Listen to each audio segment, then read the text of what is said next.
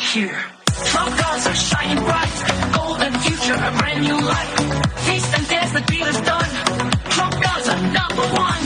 Trump cards are shining bright, golden future, a brand new light. Feast and dance, the deal is done. Trump cards are number one. Oh man, if that is not an earworm, then I mean that's just going to be stuck in your head the whole day. I was just completely grooving to that. Here's how the Democrats counter that stuff. Give me cut 109. This is Congresswoman Velasquez. Play this one. 109. And what the hell are you doing here in America? Go back to South Africa. Yeah, so Musk should go back to South Africa. It's just pure xenophobia. Trump has the Democrats completely in knots. You watch them all weekend say that Trump is the biggest threat to democracy because he's not giving enough money to Ukraine, which is run by a dictator. Zelensky's now a dictator. Look, I know some of you are smarty pants. You're going to do some technicality that his constitution allows for him to declare martial law. But and when there's martial law, then he doesn't have to have an election. But he skipped elections.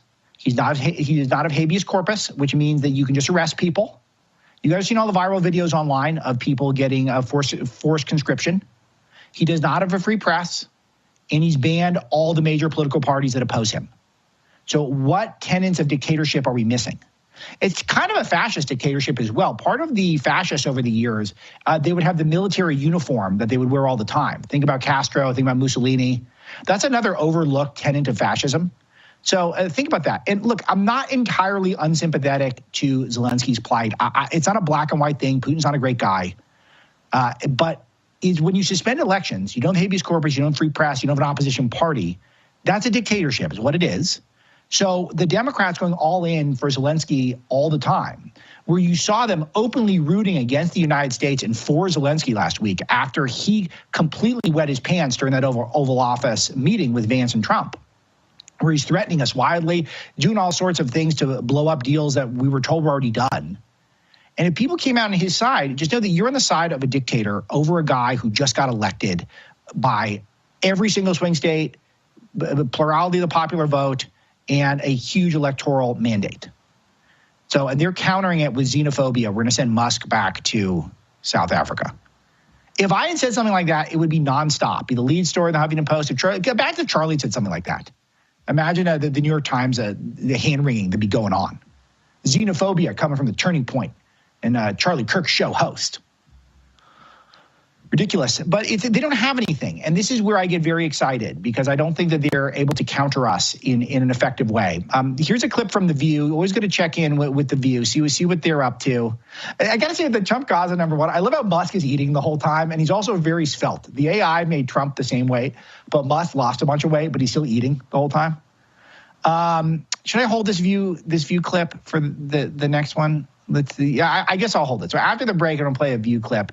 They don't know how to handle Trump because they can't announce he's a dictator anymore. And so what they are trying to do is they're trying to act like Musk is really the president, but Musk is also illegitimate. And so Musk has no authority, but he also has taken over the presidency, which is odd because Trump was the bad guy for so long and he was installed by Russia and he's a Putin puppet. But they can't say that about Musk. And it adds to this sort of muddled messaging that is incoherent. That probably explains why in the first hour of the show, I played how all the Democrats are saying exactly the same talking points today. 20 plus Democrats all cut the exact same ad with the exact same script to message against Trump and Musk. And look, it's a tough day if you're in the opposition party right now. It is a tough day when you got the president who is riding high, is +9 in some of the polls, approval rating, highest he's ever been. And then he gets a State of the Union where he's going to speak to tens of millions of Americans directly. He always has great stagecraft. It's just incredible performance art for Trump, who understands TV. He understands this medium. And so Trump is going to have a great day. He's going to have a great night. And the Democrats there isn't much they can do.